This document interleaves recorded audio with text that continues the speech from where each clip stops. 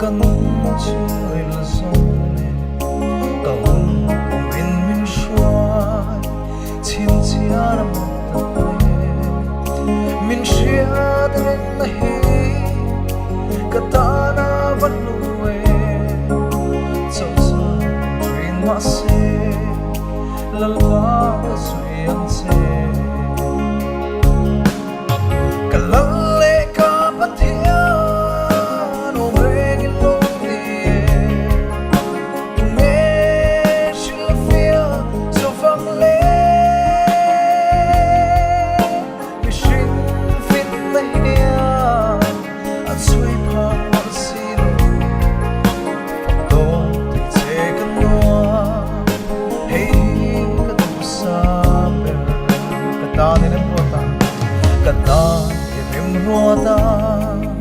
lung oi ka tungai lo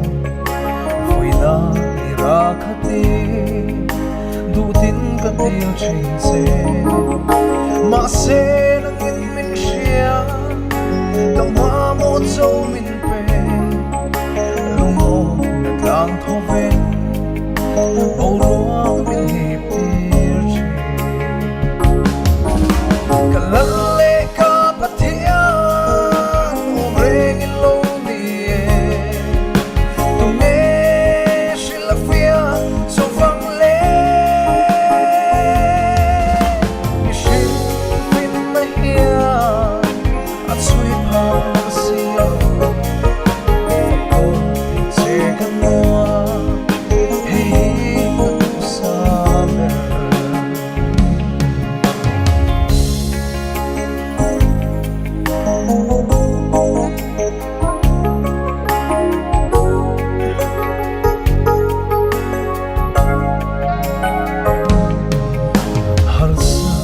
an buai na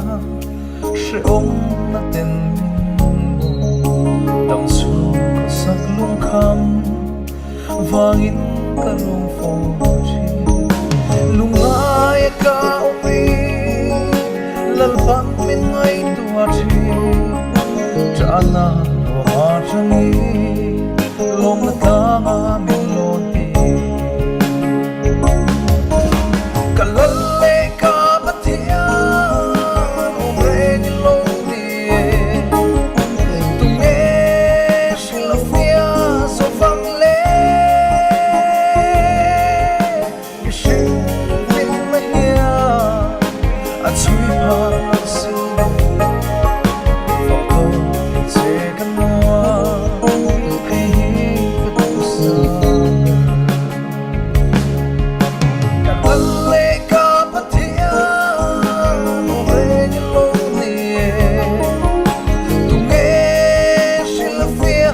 so far